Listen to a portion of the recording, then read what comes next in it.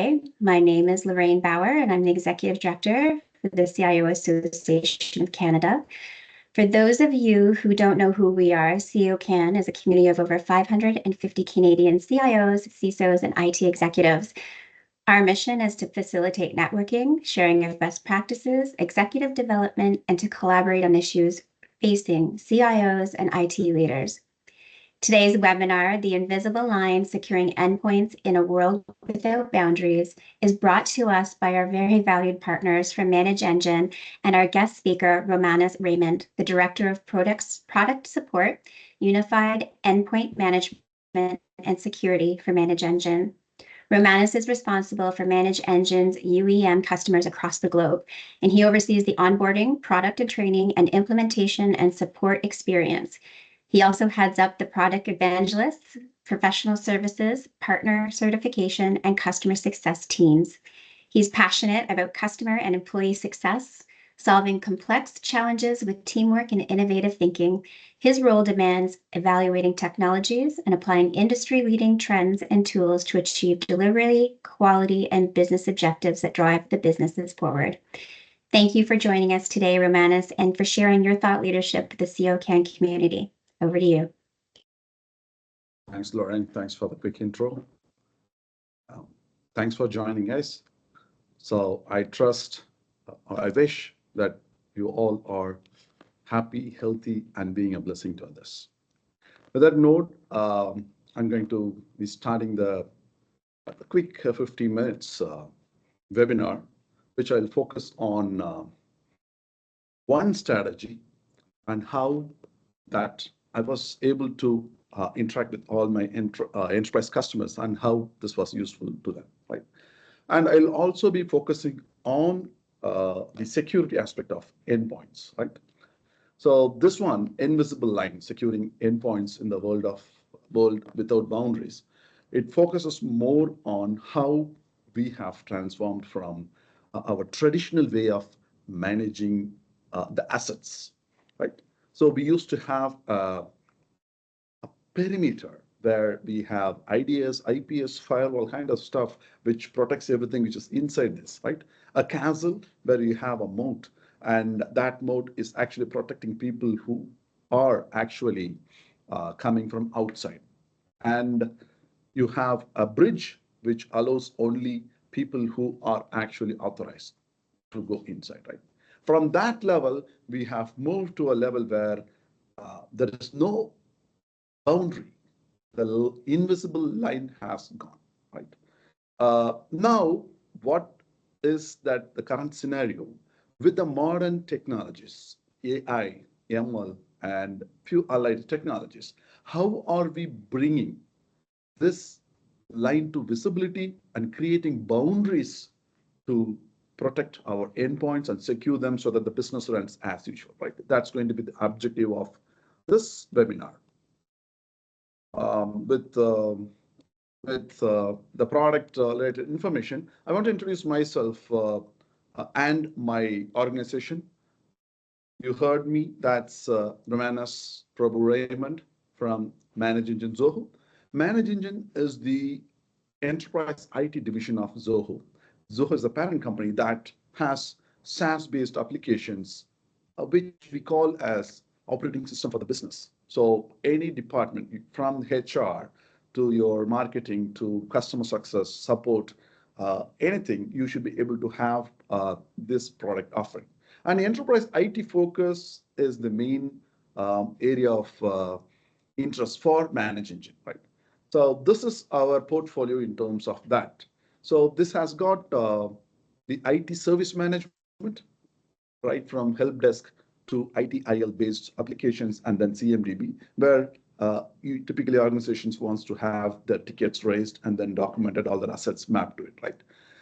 And then you have identity access management, where usually this manages your Active Directory, access control, your Microsoft 365, all those things comes under that. And then you have IT operations management, all your infrastructure.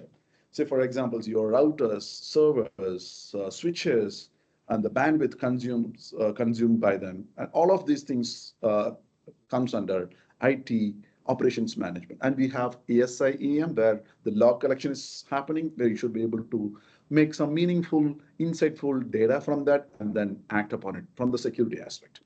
And unified endpoint management and security, that's where my focus, and we have a great team working on that. So management and security, I'll just talk about that in a while.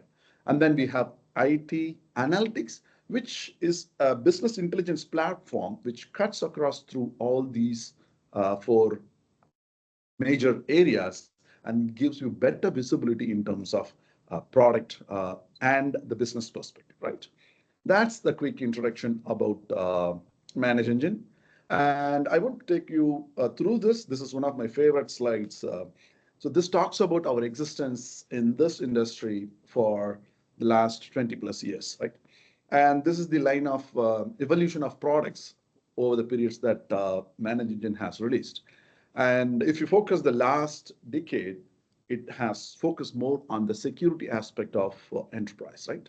Various products in various aspects at different timelines we have started focusing, because that's where the entire world is going to go about. Security is going to be the prime role of enterprise IT to ensure the business runs fine, right? So that's a quick headline. So put together, there are 65 plus products, but we don't market the product. So our philosophy is looking at the enterprise, how it has to be looked.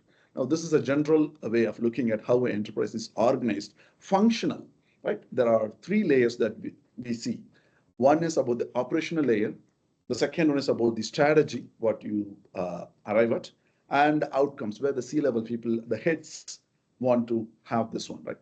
At the bottom, we have three W's: workforce, workplace, workloads. Workforce is nothing but your people and who contributed. Could be your regular um, employees, your part-time gig employees, the contractors. How do you manage, right? All those things come under workforce. Workplace, anything is a workplace today. It could be based on the form factor. It could be your mobile device, laptop, or even a browser. Tab of a browser becomes your workplace, right?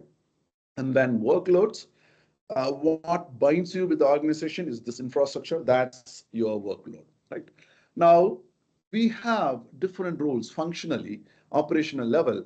So that would be the products would be working, focusing on that. And what we have done is we have added a AI layer at this level, right? So we understand that having AI as a separate component is not going to be more functionally relatively working in any enterprise.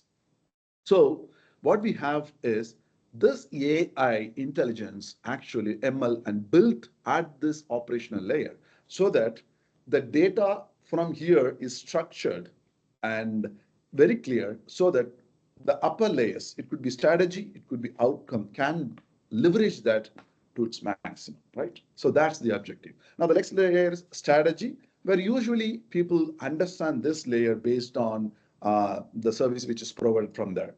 Unified service management, right? Your help desk, all those kind of stuff. And then identity and access management, unified endpoint management and security, SIEM, observability, and ITOM, operations management.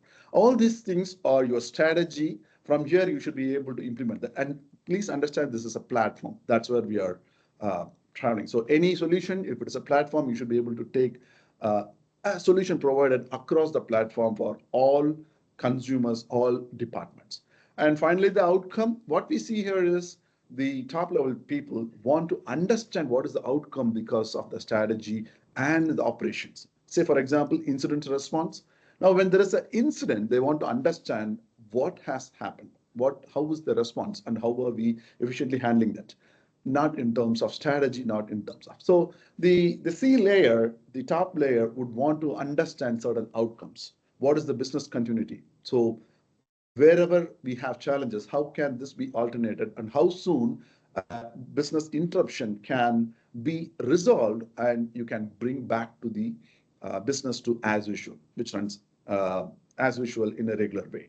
Right. Similarly, what is the security posture? Security posture is very vital because every day there are a lot of updates, there are a lot of vulnerabilities, there are a lot of attacks that we hear about using the modern technologies, right?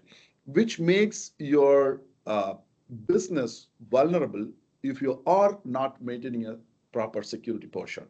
So that's where it is more important, and it is updated every day. You have to keep in par with that on a regular basis. Employee experience, this is yet another area, right? You cannot have security for the sake of having security, right? Business comes first. Business requires security, run the business.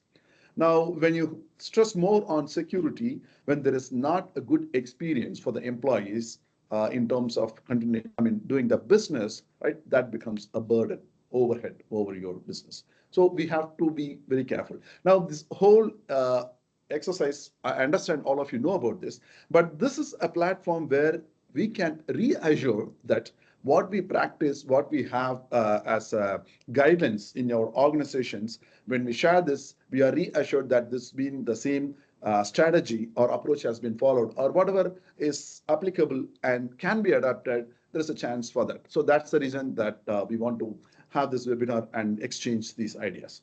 Now, this is how organizations work and philosophically conceive that how they are organizing their workforce, workplace, workloads with 3 layers of approach. With that, let's move on. So I'm from India. So in India, we have a lot of philosophies, a lot of philosophers, and this philosophy is all about the foundational elements which makes the life. We believe that there are 5 elements: fire, earth, water, air, and space. These are the matters which creates life forms, right? Now that is enabling life to exist. Now, I want to take this analogy to your digital business, digital estate.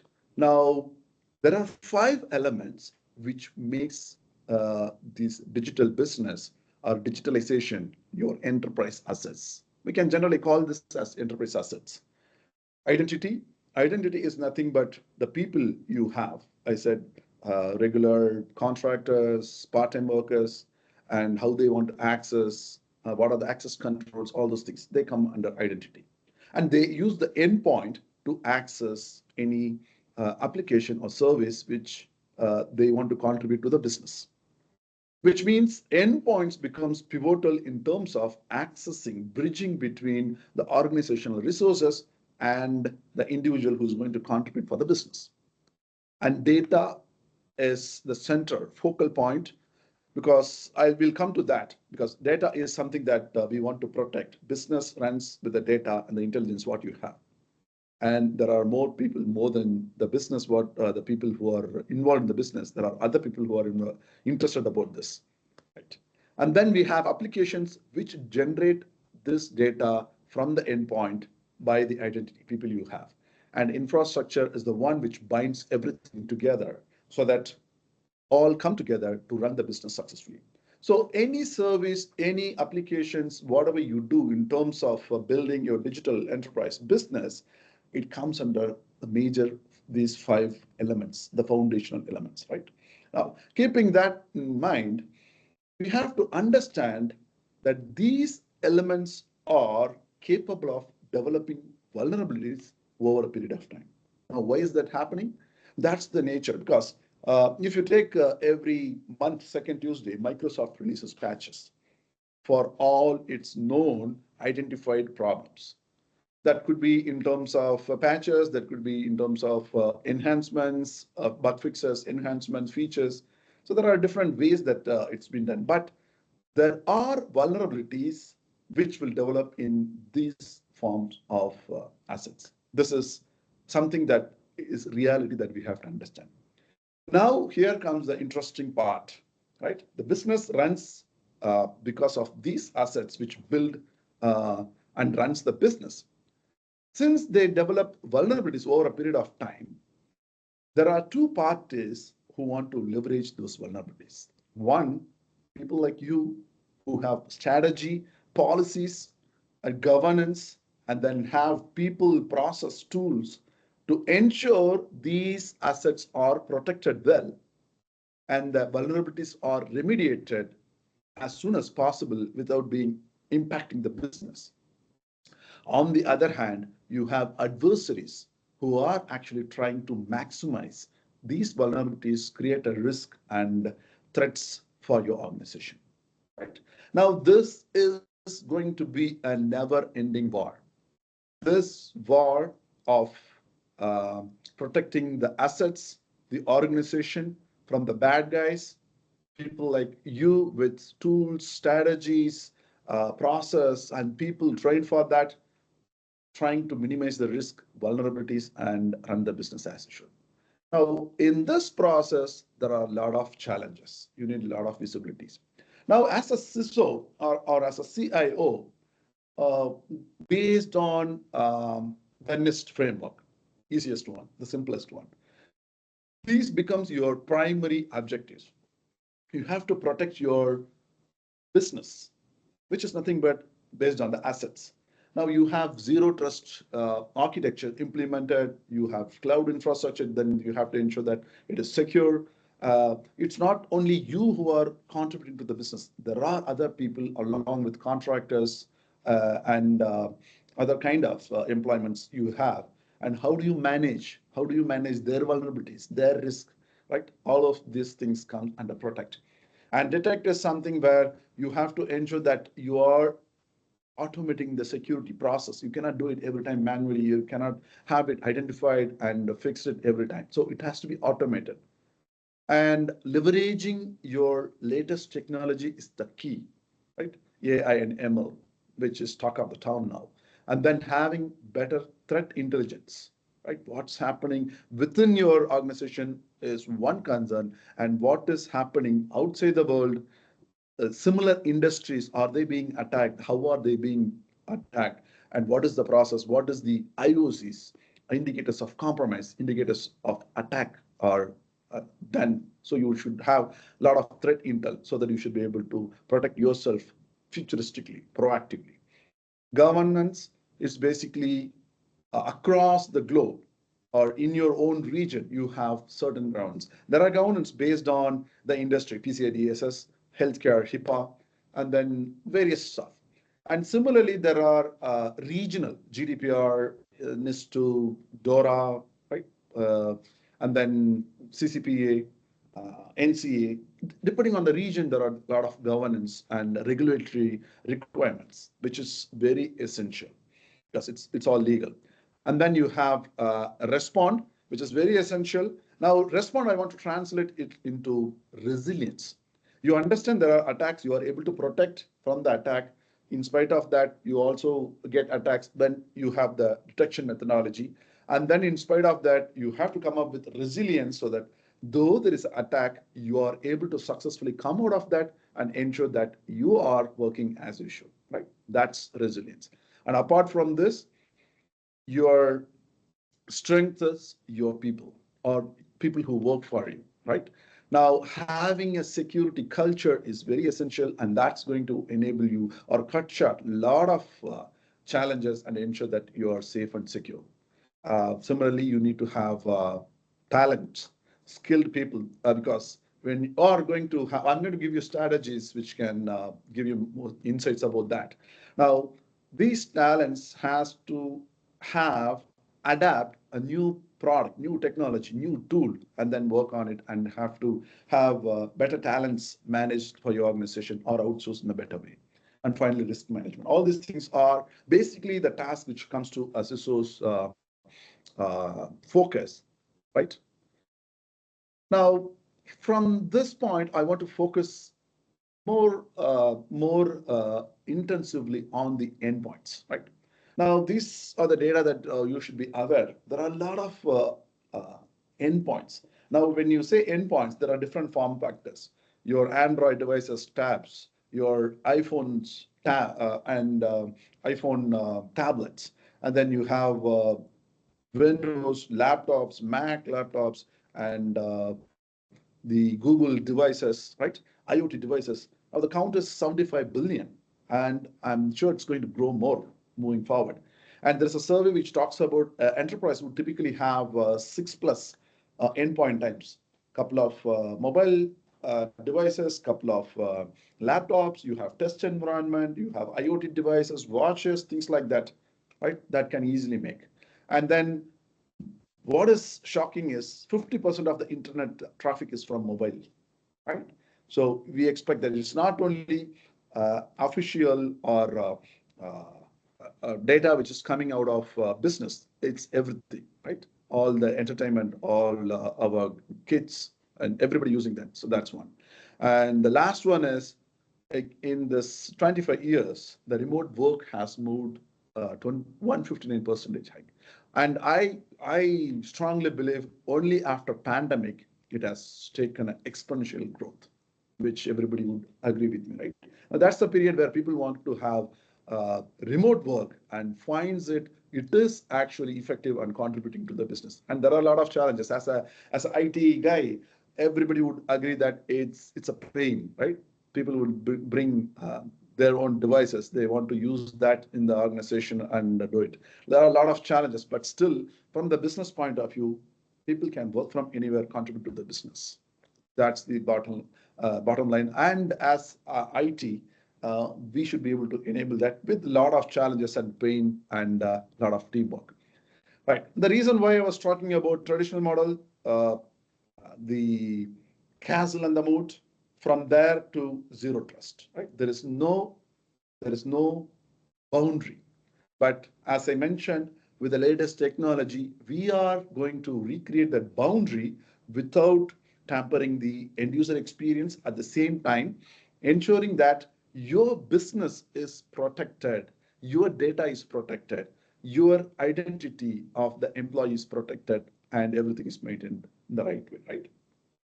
So with that, well, let's move on. I want to start with this advisory from CISA and the FBI, which is jointly released this month. You can see the date. It's March 12th, right? Now they talk about a ransomware called Medusa. And what is interesting, if you happen to read this, I would. I have subscribed to all these kind of advices because that gives us a kind of threat intel and more knowledge that will help us in the business. Now, if you read this document, they talk about a lot of tools towards the end. They talk about a lot of tactics, techniques, and how to remediate, how to ensure that it can be protected. There are suggestions, but towards the end, the appendix A talks about the commands which these particular ransomware operators have used.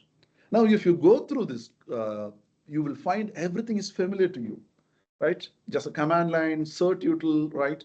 With PowerShells, MSTSC commands, right? Most of them are really familiar what we do on a regular day-to-day basis as a IT guy. Now, this is where the trick is. This is where we have the challenge. Now, we don't know whether using this authorized, approved applications, is it legitimately our own employees for the business, or is it a threat actor who's trying to mimic as a regular user and trying to do some malicious work? It's called living off the land. So that's a kind of attack where we'll not be able to easily judge whether it is the legitimate person, the identity what we have, or it is initiated by malicious actors, threat actors. Now, this is something that you would easily understand. See, when there is a browser-based attack, and it is basically endpoint infection and then credential hijacking, and what are the solutions, right? Similarly, you should be able to say if it is a phishing and there is a credential theft, unauthorized access, and what are the measures that you could be able to do that. And similarly, you should be able to come up with, this is for the malware and ransomware. So zero-day exploits. So similarly, you should be able to come up with what is the kind of attack that is happening and what could be a better way of protecting that or solving that problem. So that means there is an attack method and there is a methodology for that to be stopped, right? Now, I want to just put myself in the shoes of a threat actor, right? Now, are they having any process, standardized methods, or the documented way of launching an attack in your business? Now, this was something documented by Mitter attack. Now, most of you know about Mitter attack. Attack stands for adversaries, tactics, techniques, and common knowledge.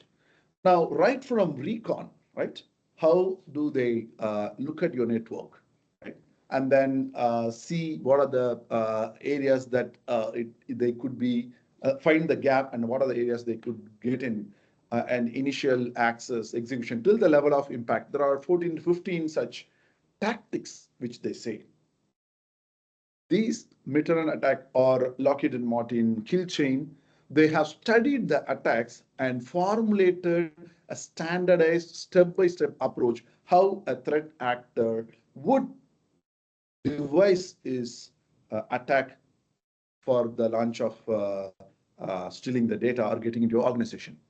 And inside all these 15 or 14 tactics, there are different techniques. And for these techniques, they'd be using multiple tools and procedures scripts, right? Now that's what is going to make this attacks very systematic, right?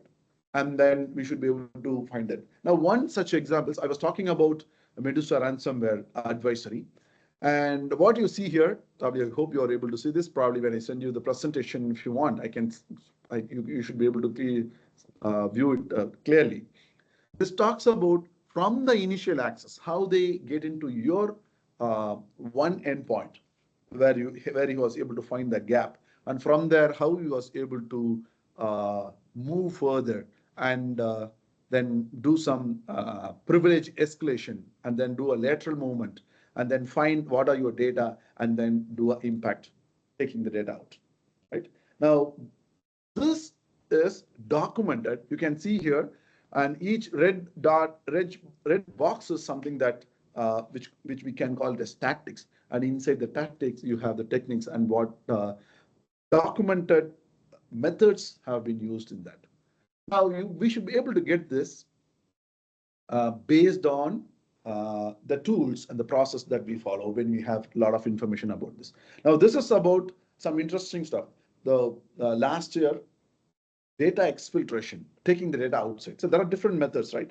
End of the day, they are interested in the data because the business data is something that they value the most, right? When they come in, move inside the organization, elevate themselves, do a defensivation, I mean, hiding from all your security tools, and then finding where are the crown jewels, and then finding a method to take that and send it to offshore command and control server, and then encrypting everything so that you will not be able to get that. Now, when the encryption is happening and asking for money, this is extortion, right? I mean, single extortion. When they threaten you by putting that data into dark web, double extortion.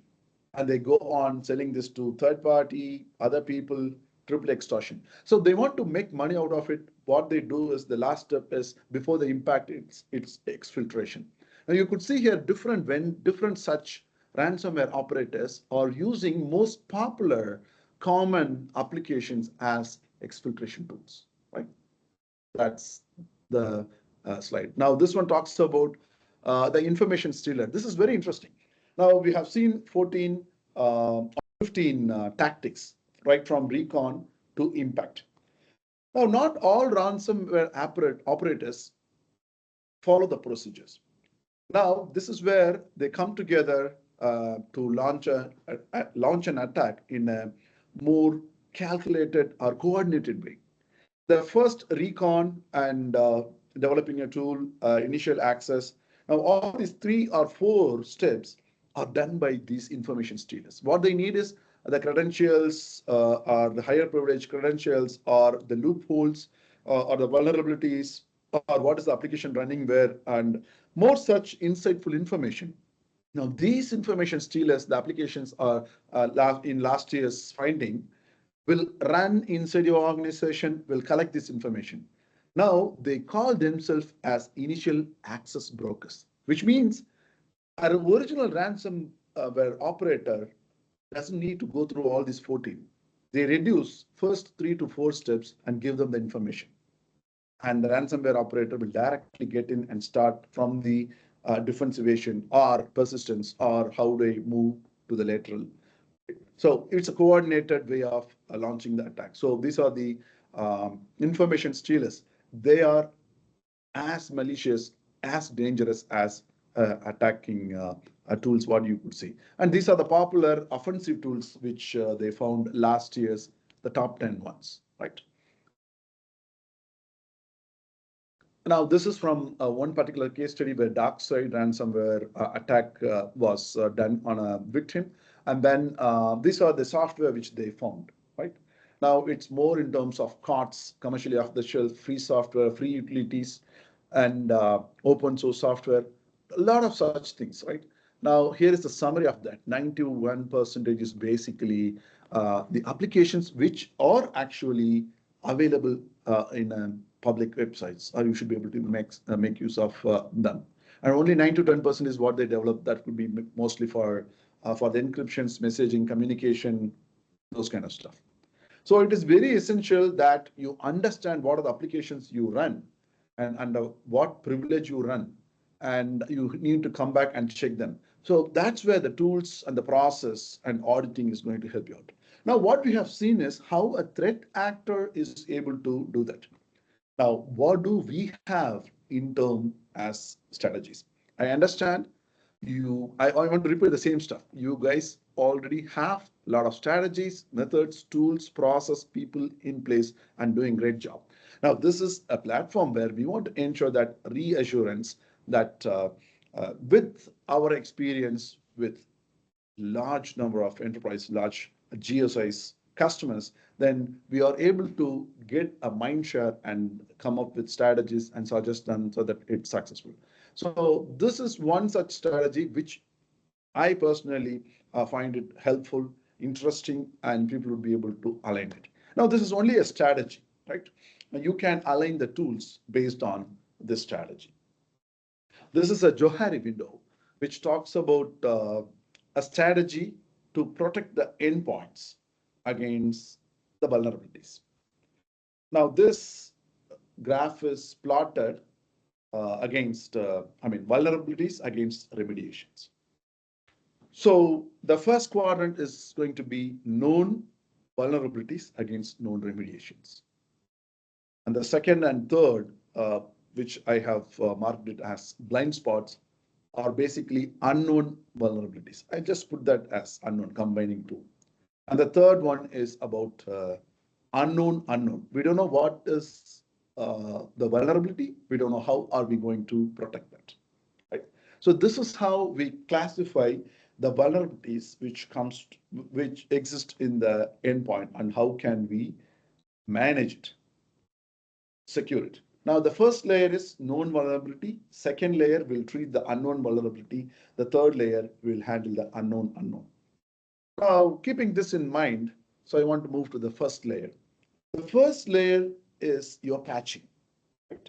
Because when you say known vulnerability, this is known to you because the vendor himself has identified there are vulnerabilities and he has given you remediations, fixes for that, right? How do you deliver this to every endpoint? That too in the scenario where you have remote work. So deliver these fixes on time, every time. That's a big challenge. You might be having Windows applications, Windows operating systems, and you have third-party applications. You have Mac, Linux, whatnot. There are applications on top of it. Now, all those things have to be treated the same way. It's not sufficient. Majority of your endpoints, which could be Mac, which could be Windows, which are treated, and rest of the thing are not treated or manually, then there is a gap, right? So the attack surface is actually increasing. So having a strategic patch management and a vulnerability assessment is going to be the key and which will become your first line of defense to protect endpoints from the threat actors. Now, these are the popular recommendations, right? There could be compliances, guidelines.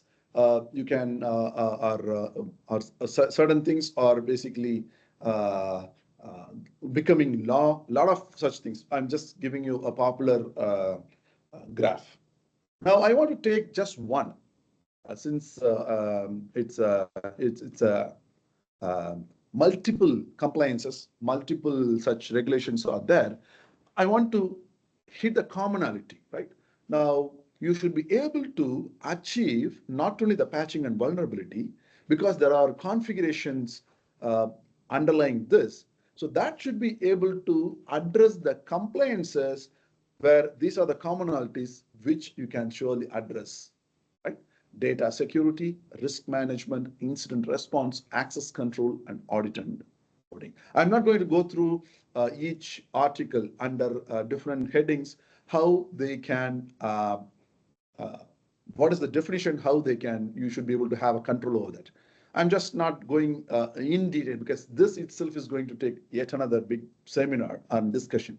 So I'm not getting into it. But what I'm saying, once you have this layer one, you can also achieve the compliances, commonality, and other challenges. Now, I want to take one particular such compliance. This is from NIST CSF, right? Cybersecurity Framework.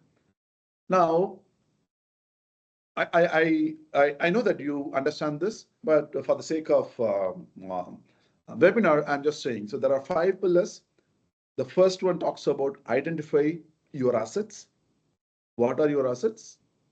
And your assets are spread across your organization. It could be across the country, globally. So where are your assets? And each asset is capable of developing its own vulnerabilities. So what are the vulnerabilities in those assets? Right? Now, this is identify phase. Now, once you are able to identify that, the next stage is how can you protect? You know the vulnerabilities and you know who are using that. So having access control, having better patch management, hardening, and having security things addressed is going to be your protect. Though you understand your assets, though you are able to protect them, still there would be gaps and threat actor would be able to penetrate and try to attack you. Now, if that is the case, how soon you are able to detect such attacks? It doesn't stop there. If you are able to find that, how soon you are able to respond? Because that's the mean time between detection and response is the challenge. Now, we understand protection, detect, and response. Today's most of the products will talk about only detect and respond.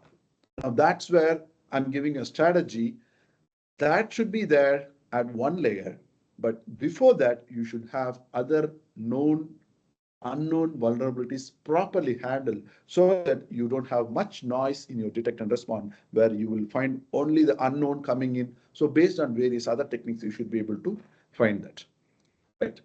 Right. So we have seen 4 stages. Now the last one is recovery.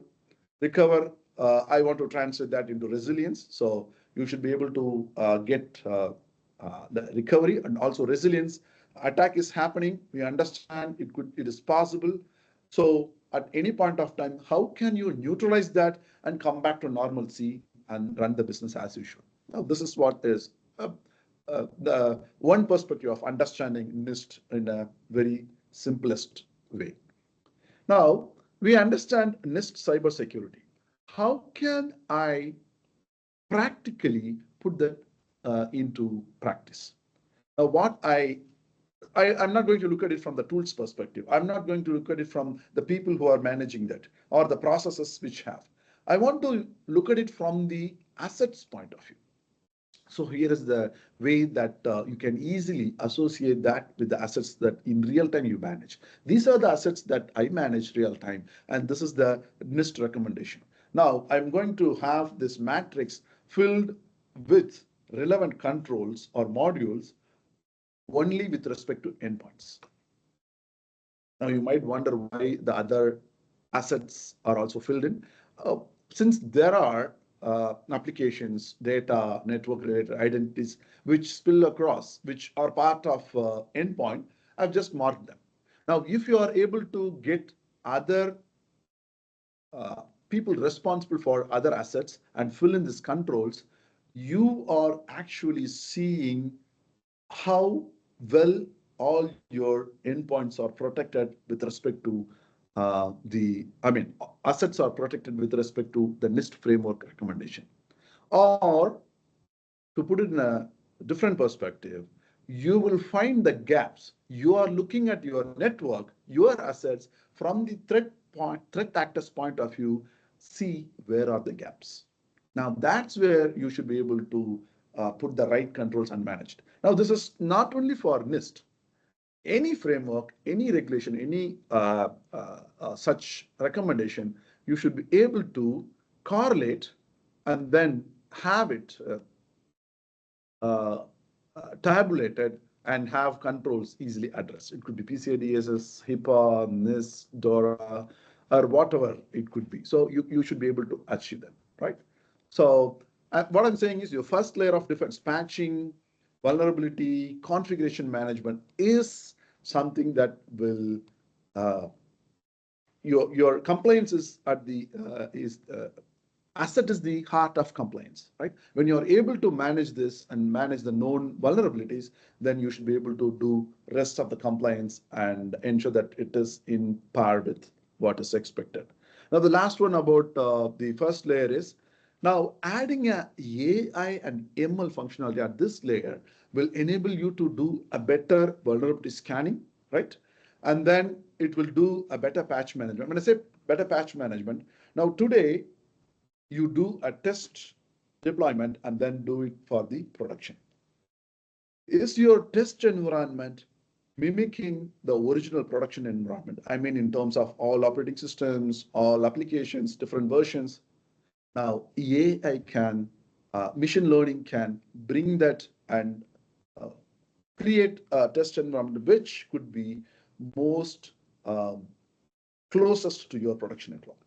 And similarly, based on the risk. Now, today we do the patching based on the risk of the patch, based on the exploitability, based on the severity which the vendor gives, based on the schedule what you do. Right? There are different ways, right?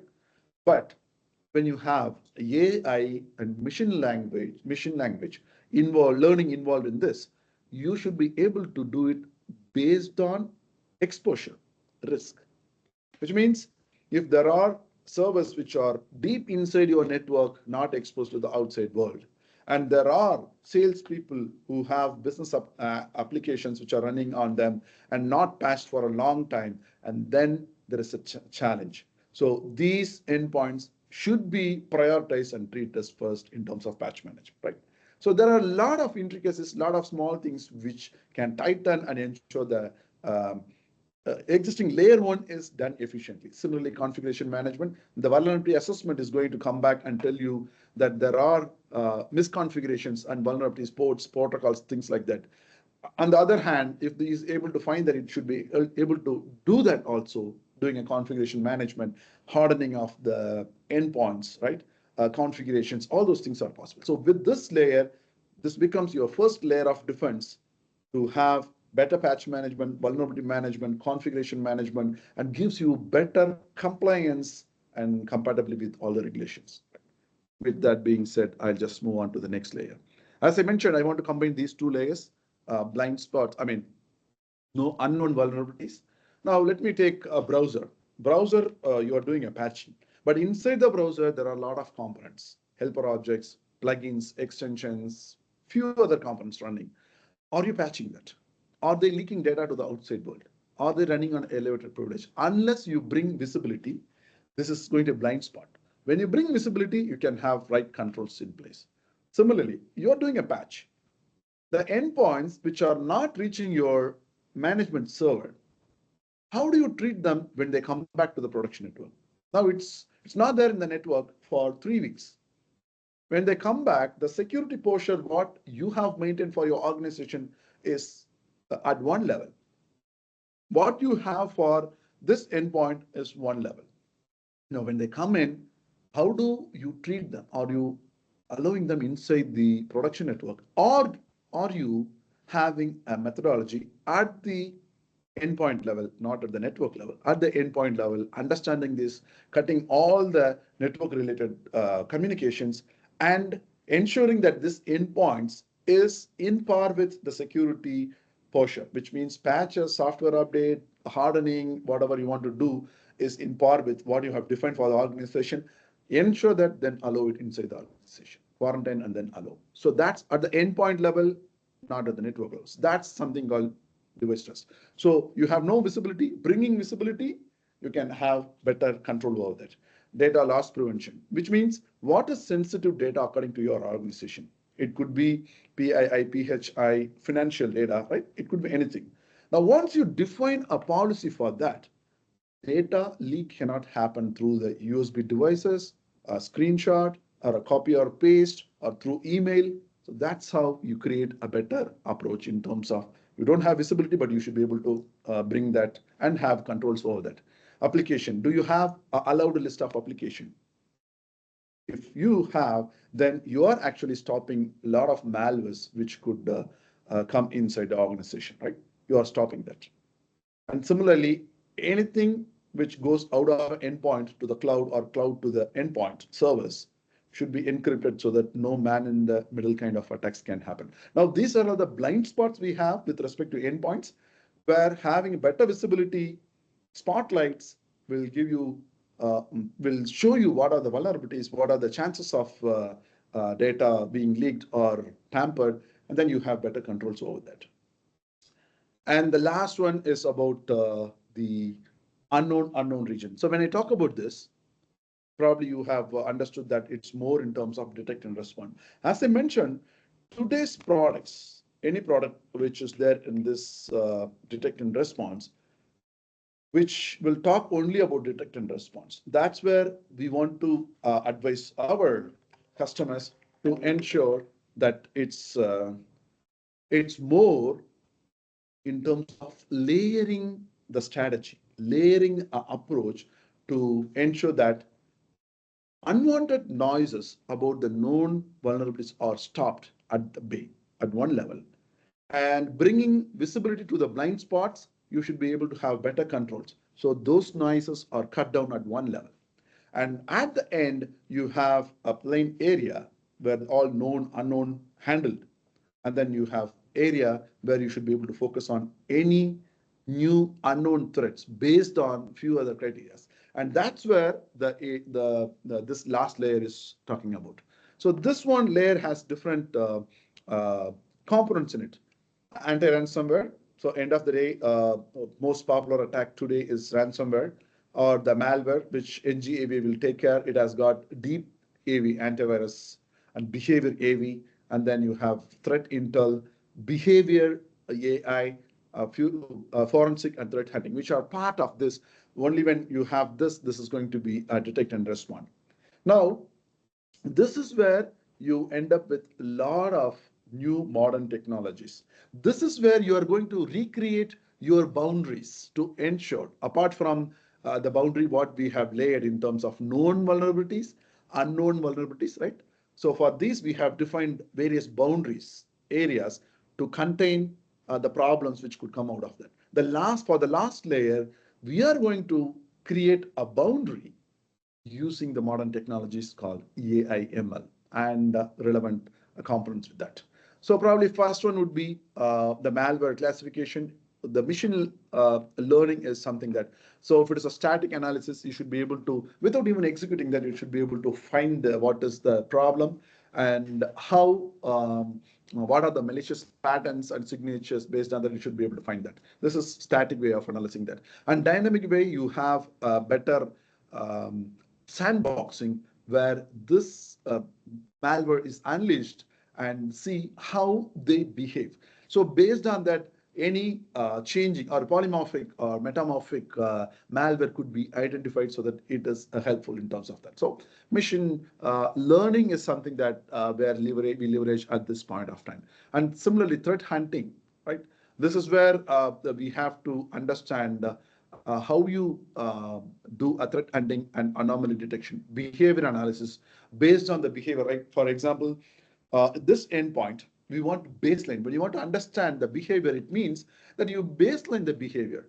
So this endpoint will come live at this time, and user X or Y Z will log in, and these are the applications which are used in this endpoint, and these are the usual network connections it will make, and this much of data or access or websites would be accessed, and this is the time that this will be shut down, and this is the place that this usually starts working.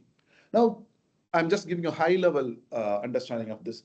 This is the basic behavior from the endpoints that's happening. Now, when you have deviation from this baseline behavior, then you try to uh, understand whether it is suspicious, and from there, if you confirm, it moves to malicious. So behavior analysis is something that is very essential, and because the baselining and uh, us analyzing that based on the applications, the executables, the registries, the DLLs, the libraries, the DLLs, and other areas, other communications, inter-process communications, right? Other network activities.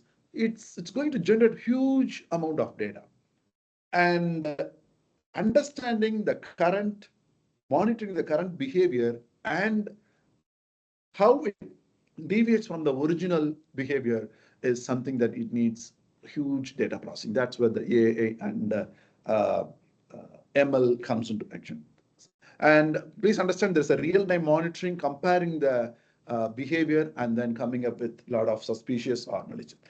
In this process, you cannot go and have or end up with a lot of false positive. When you have a lot of false positive, the actual threat is actually diluted. You will not be able to detect that. So the ultimate purpose is to reduce the false positive and ensure that only actual suspicious activities are done. So that's where the AI and ML is going to help you out. And we also understand that LLM is the core behind this AI and ML. And the success of the AI is basically because of NLP, natural language processing. Because only when you're able to just give me patches where endpoints are missing with this particular month.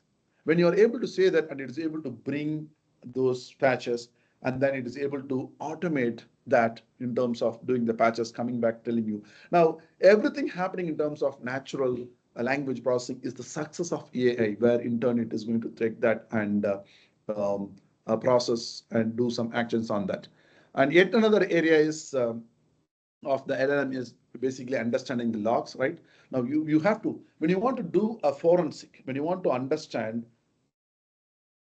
it need not necessarily an incident. When you want to understand there is a suspicious activity. Now you want to go and track back, trace back how, what has happened and how this has happened. Uh, all those things are available in the log analysis. Logs are very huge, and if you are able to process that, so that's where you have these LLMs and NLP comes into pictures. So they are able to analyze the logs, come up with any intel of threat, any threat intelligence, it's just matching, and you should be able to respond to the incidents. Responding to the incidents is at that point of time. But inside that, there are a lot of things. Now, when you understand there is an attack happening on incident happening one place, you should be able to contain that. You should be able to understand this endpoint is being attacked or suspicious. Then you should be able to contain that, eliminating that from the network and ensuring that this is not spreading across, right? And similarly, you understand that data traffic going out of your network to specific places. When there are traffic going to a place where which you find malicious, then it has to contain that and prevent data loss or exfiltration. Similarly, forensic, as I mentioned, inside your organization, how a threat actor was able to get in. It could be neutralized attack. But still, then you should be able to tell how this happened, tracing the path, which we mentioned about the mid-turn attack tactics, techniques, different methods, and how he was able to do that. And you should be able to trace back and strengthen that so that even such attacks should not happen, right? And AI and ML is going to help you more in that. So that takeaway should be a couple of slides only. Takeaways should be so AI and ML is going to be a game changer. So aligning with today's topic, it's going to realign the line, boundaries, visible boundaries, probably for the IT team to ensure that they are having security boundaries for the known vulnerabilities, unknown vulnerabilities, and unknown unknown, where you have the detect and response, you should be able to make use of that. And automation is the key, where you should be able to do a lot of DFIR, digital forensic incident response, containment, and segmentation, right? And most importantly, futuristic prediction is something. So whatever we have discussed is more about uh, attack at this time you are able to stop, and protection where you are able to proactively do based on the known and unknown known areas. Now, prediction is based on the historic data what we have, based on the TTPs what we have, based on a lot of threat intel we have. We should be able to predict something and then lock it, stop it there itself, so that no such attack even happens. So that's going to be the combination of the existing data, the perimeters, layers, what we have, and also based on AI and ML, we should be able to do that. And then finally, explainability. This is a huge thing. So what is explainability? Now, the AI agent, in terms of detect and respond, takes a decision. Now, the decision has to be accepted by the GRC, governance risk, according to the policy what you have defined. Now, when you want to do that, so it should be able to explain how this was able to uh, cater to the needs and made this decision. And we hear a lot of regulations about the AI is coming. So where you should have a man in the loop to ensure that the decisions are trustable, and the decisions made by the AI are responsible. Think about this. You have employed AI at different levels, layer one, layer, known vulnerability layer, unknown layer, everywhere. Now, when there are decisions made and solved, and you want to do a trace back and see who has done what at different layers, everything is going to be saying about AI agent. Now, when you do a real-time forensic, you understand this person has done something with access and done this activity. Similarly, you have to have uh, AI, which is accountable for making some decisions, and that has to be audited, and that has to be brought to the human loop so that the AI becomes trustable in terms of making decisions, right? And finally, as I mentioned, the human element is going to be your strength in terms of security chain, what you are protecting, what you are having to protect your business.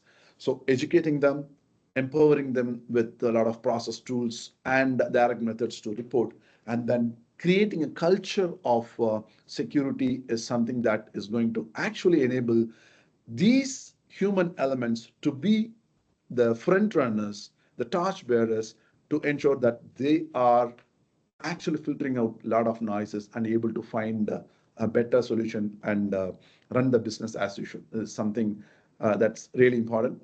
And looking ahead, so A and ML is going to be more in terms of the last layer, detect and response. We should be able to enable that and have humans in loop to understand this or for the better decision making. SASE is another area which is coming up where you should be able to access your business application anywhere in the network, not through the VPN, but to your application alone directly so that it is more secure and more controlled. And then XDR is the next leg where you have multiple such things. We talked about a lot of CISO's responsibility, right? Now you would find that everything comes under into this. So you have your zero trust as your base platform or use philosophy. It is implemented everywhere. And then you have XDR. XDR is extended detection and response, where you have endpoints, you have your network, you have your identity, and everywhere else, all the detect and response, endpoint detect and response, network detect and response, identity threat detection and response, right? Collection of SIEMs, right? Information about the events are collected, correlated, and given to XDR so that your threat hunting, your way of doing a forensic or preventing attacks as such by prediction would increase a lot according to the policy that you have defined for your organization, aligning with your GRC. You should be able to run your business uh, with resilience and ensuring that it is taking care of the business with resilience and with much impact. With that, I'll end the presentation. So if we have time, we should be able to take few questions. Over to you.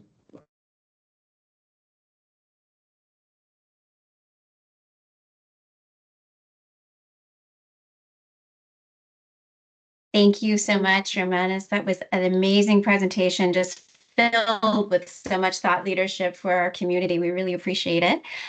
We are running just a little bit over, and so we do would like to any questions, any feedback, anything that the members here at COCAM would like to provide. We can actually you can connect with Romanis on LinkedIn. He had his profile up there, and we can also form any questions, send his way, and we can make sure that they are answered and taken care of.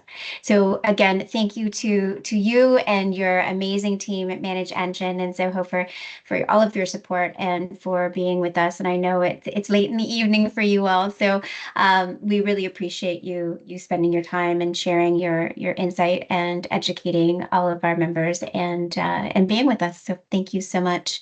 Appreciate everyone's participation today. And please, if you have any feedback or questions, don't hesitate to reach out to myself or Connor. We will absolutely forward those to Ramanas and the team at Manage Engine and Zoho. Thank you so much, everyone. Have a wonderful evening and a wonderful afternoon. And we look forward to seeing you again soon. Thank you. Thank you. Take care.